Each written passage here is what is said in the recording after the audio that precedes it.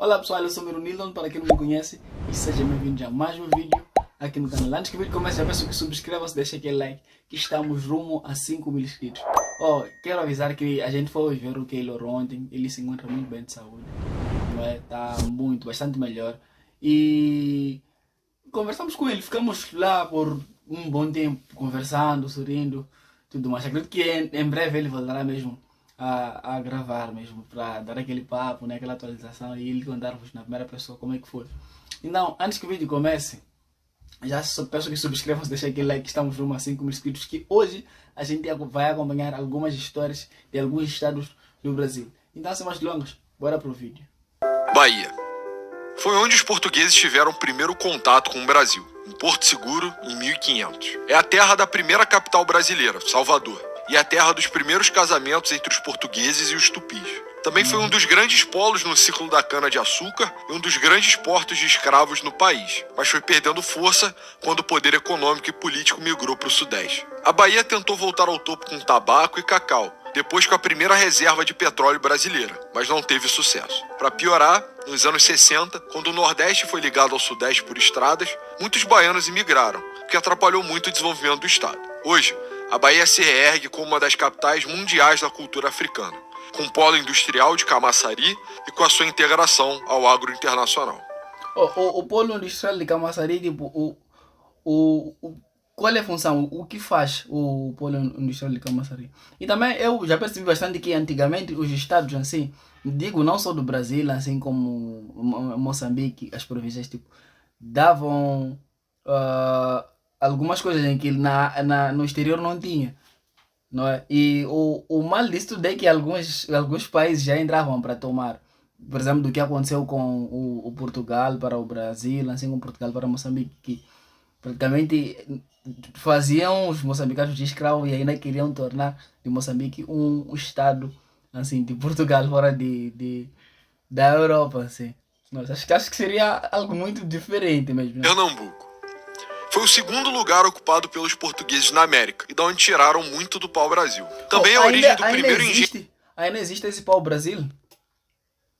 de açúcar, que dominou a economia local e fez de Pernambuco a principal capitania hereditária. Esse açúcar era tão lucrativo que em 1630 os holandeses conquistaram Pernambuco para si, que na época incluía o Ceará, o Rio Grande do Norte, a Paraíba, Alagoas, Sergipe e um pedaço da Bahia. Nossa, quase todo o Nordeste, assim, os holandeses queriam para eles.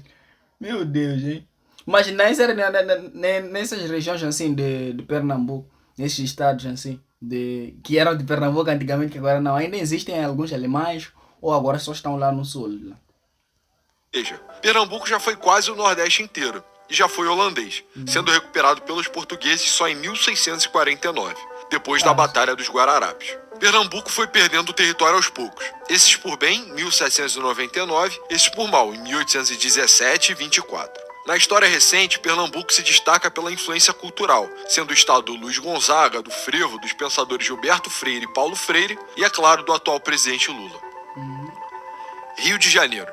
Foi descoberto pelos portugueses em 1502. Os franceses tentaram pegar, mas foram expulsos em 1567. A cidade foi fundada nessa época, mas ela só foi ficar importante quando descobriram ouro em Minas lá para 1700. E o Rio virou o principal porto do Brasil, virando também a capital da colônia. Ficou mais importante ainda em 1808, quando Dom João VI levou a capital de todo o Império Português para lá e criou muitas instituições culturais, econômicas e políticas importantes. Foi nesse século também que o café começou a bombar no interior do Rio, consolidando o estado como o mais importante do país por quase 100 anos. A partir desse período, o Rio também teve muita influência cultural, com autores como Machado de Assis, estilos musicais como samba, bossa nova e MPB, além de ser o centro da televisão e cinema nacional até hoje. Apesar... Uma das coisas que gosto também é que os portugueses podem ter feito algumas coisas de errado, assim, mas o bom é que os dirigentes brasileiros, assim, agora conseguem manter, não é? Manter, apesar de ter tipo, uma coisa ou outra que talvez não seja bom, não é? Porque uma coisa, o país nunca será perfeito, tipo, digo para os estrangeiros, assim como para os nativos, mas a economia ainda continua crescendo, isso aí é que é bom, não é? É bom, muito bom, bom mesmo. hoje também ser marcado pela violência, a capital ainda é conhecida como cidade maravilhosa, sediando duas maravilhas do mundo, uma natural e outra do mundo moderno. São Paulo. É filho da capitania de São Vicente, de 1532, que também prosperou com o ciclo da cana. São Paulo foi o epicentro de uma aliança entre os portugueses e os tupis, o que criou um fenômeno único dos paulistas, as bandeiras, em que os filhos desse casamento desbravaram o Brasil todo para fazer riqueza e expandir as fronteiras do Império Português. Eles deram origem à cultura caipira, conquistaram o sul e o centro-oeste, descobriram o ouro do Brasil e tornaram a cidade de São Paulo a grande capital do Brasil do interior. Isso tudo entre os séculos XVI e XVIII. Mas em estados como o Rio de Janeiro e São Paulo, assim, ainda tem assim, minas de ouro ou agora já não estão a explorar? Talvez já tenham. Na virada do século XIX para o XX, com o ciclo do café, os paulistas se tornaram os grandes campeões da política e da economia nacional. Mesma época em que começaram a receber italianos, japoneses, libaneses e gente do mundo todo. Rapidamente tomaram conta da República e, mesmo sendo inimigos do governo Vargas, continuaram prosperando. Viraram o centro da indústria brasileira e hoje são sozinhos mais ricos que a Argentina inteira, ainda carregando o título de locomotiva. Meu Deus, mano! Nossa, o único estado do Brasil é mais rico que a Argentina inteira. Nossa, acho que agora dá pra ver a tamanha riqueza, hein? Do Brasil. Pará. Alguns dizem que o Pará já abrigou grandes civilizações antes da chegada dos europeus. Os portugueses só começaram a se interessar pela região em 1616, com a fundação da atual capital, Belém, que serviu de ponto de troca para as drogas do sertão, as plantas de valor da Amazônia. A ocupação do Pará teve o protagonismo dos jesuítas, que converteram os índios, mas não conseguiram evitar que eles fossem explorados. Lá para 1760, na era pombalina, os jesuítas foram expulsos do Brasil e Belém virou a capital do Grão-Pará, que produziu um boom econômico na região. Mais tarde, na virada do século XX, a região ainda teve o boom da borracha, que deixou um legado importante para toda a região norte. Hoje, o Pará tem um projeto para se dividir e criar o próximo estado brasileiro, o Tapajós. Rio Grande do Sul. Foi inicialmente ocupado pelos espanhóis nas missões jesuíticas. Se aliaram com os índios guaranis para acabar com os índios charruas que moravam lá. Só em 1750, os portugueses expulsam eles de lá e começam a colonização do Rio Grande do Sul. Chegam os primeiros alemães em 1824, 11 anos depois os gaúchos ficam putos com o Rio de Janeiro e começa a revolta da Farroupilha, que dura até 1845. No meio tempo eles começaram a criar indústria, em 1893 eles lutam outra guerra civil, que o positivista Júlio de Castilhos vence, implantando um modelo político autoritário e militarista no estado. Seu neto político é Getúlio Vargas, gaúcho que torna o Brasil mais autoritário e industrializado na década de 30. Desde então, os gaúchos sossegaram um pouco e se destacaram menos pelas guerras e despotismo e mais pelo clima frio, pelo churrasco e pela roupa que todos no estado usam até hoje. Santa Catarina.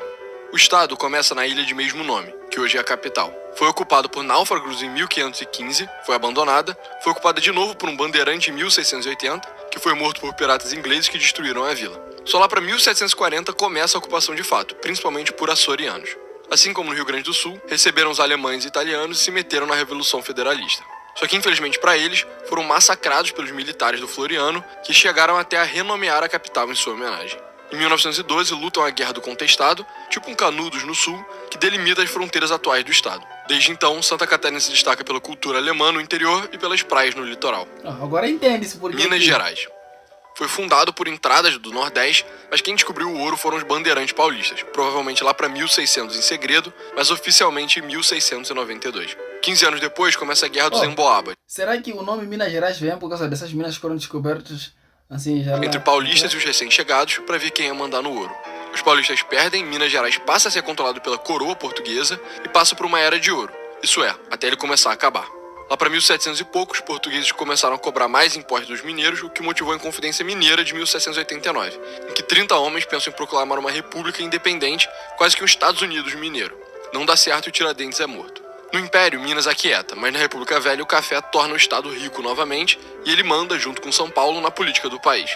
Hoje, Minas ainda ganha muito dinheiro com mineração, mas de ferro e não de ouro, e tem um grande produto de exportação, o pão de queijo. Maranhão. Infelizmente, o estado com o menor IDH do Brasil, mas foi um dos mais cobiçados durante o período colonial, acumulando invasões francesas e holandesas em São Luís, antiga capital do Grão-Pará. O Maranhão sofreu com a dificuldade de comunicação com o resto do Brasil, por conta das correntes marítimas na sua costa e o sertão inóspito no seu interior. Seu ápice foi no período pombalino, cultivando o algodão que movimentou a Revolução Industrial, mas hoje lembrado pelo Sarney, mineração de ferro, Flávio Dino e a base de Alcântara. Goiás. Descoberto por bandeirantes paulistas, com destaque para o Anhanguera, que descobriu o ouro pela primeira vez por lá. Durante a colônia, teve um ápice alimentado pela riqueza do ouro, mas com o fim das reservas, regrediu para a pobreza e o isolamento. Voltou a brilhar com a construção de Goiânia durante o governo Vargas, depois com Brasília no JK, mas engrenou de vez com o boom da soja a partir dos anos 80. Hoje impressiona, sendo a ponta da lança do agro no Brasil. Mato É uma Grosso. das coisas que eu gosto de assim em Brasil. Cada estado tem a sua particularidade e cada estado é independente, não depende um do outro, não é? Acredito que isso também deve ser por causa da facilidade que os estados assim têm de conectar-se um ao outro, não é? Tem linhas ferroviárias, tem estradas adequadas para poder se viajar assim para transporte por exemplo, de soja de um estado para o outro, não é? Do café de um estado para o outro, assim sucessivamente. Então vai se desenvolvendo porque um dá o outro e todos ganham, não é? Alguns chamam ele de celeiro do mundo, sendo o coração do agronegócio brasileiro. A região foi conquistada dos espanhóis por bandeirantes paulistas lá pelo século XVII.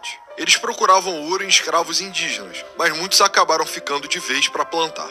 Nesse período, eles faziam parte da gigantesca província de São Paulo, motivo da proximidade cultural e ligação entre esses estados até hoje. O Mato Grosso também enriqueceu muito a partir dos anos 60, em parte pela fundação de Brasília, mas principalmente pelo desenvolvimento da soja da Embrapa, que permitiu o cultivo do cerrado. Alagoas. O Alagoas foi criado por volta de 1817 para punir Pernambuco pela Revolução Pernambucana. Antes disso, Alagoas foi a região do Quilombo dos Palmares, símbolo de resistência contra a escravidão. E depois disso, foi a terra de nascimento dos dois primeiros presidentes brasileiros, Deodoro e Floriano. E depois ainda, mais uma vez, com Collor de Mello. Hoje em dia, o Alagoas continua como um grande polo açucareiro, fornecendo 75% do açúcar consumido na Rússia. Nossa! Ceará. Começou a ser ocupado por franceses lá para 1590, mas foram expulsos pelos portugueses. Infelizmente para eles, as secas e os índios locais não iam deixar a colonização fácil. E o Ceará acaba sendo conquistado pelos holandeses, que ficaram lá por 30 anos. Só em 1654 os portugueses começaram a colonizar o Ceará de verdade, fazendo parte de Pernambuco até 1799 e se destacando pela criação de gado, já que a seca dificultava a agricultura. No Império, o Ceará começa a produzir algodão e é a primeira província a abolir a escravatura. Hoje em dia é famoso pelo turismo, pelos comediantes e, infelizmente, ainda pela seca. É incrível o talento que os portugueses tinham antigamente e descobrir alguns países, assim como estados, né, em que alegavam não ter ninguém, sendo que existem pessoas lá. Tipo, descobrir um lugar em que já existam pessoas, então quer dizer que não descobriu. Mas enfim, são histórias antigas, as coisas eram desse jeito. E incrível o jeito como as coisas funcionam aí nos estados do Brasil. É importante que cada estado dependa de si mesmo para poder reerguer-se. Uma das coisas que eu gosto nos estados brasileiros é essa, de cada estado depender de si mesmo e poder ajudar os outros. Isso é algo muito, muito, muito bom mesmo. Top. Mas é isso, espero que tenham gostado do vídeo. Já peço que subscrevam-se, deixem aquele like, que estamos rumo a 5.000 inscritos. E até a próxima. Bye!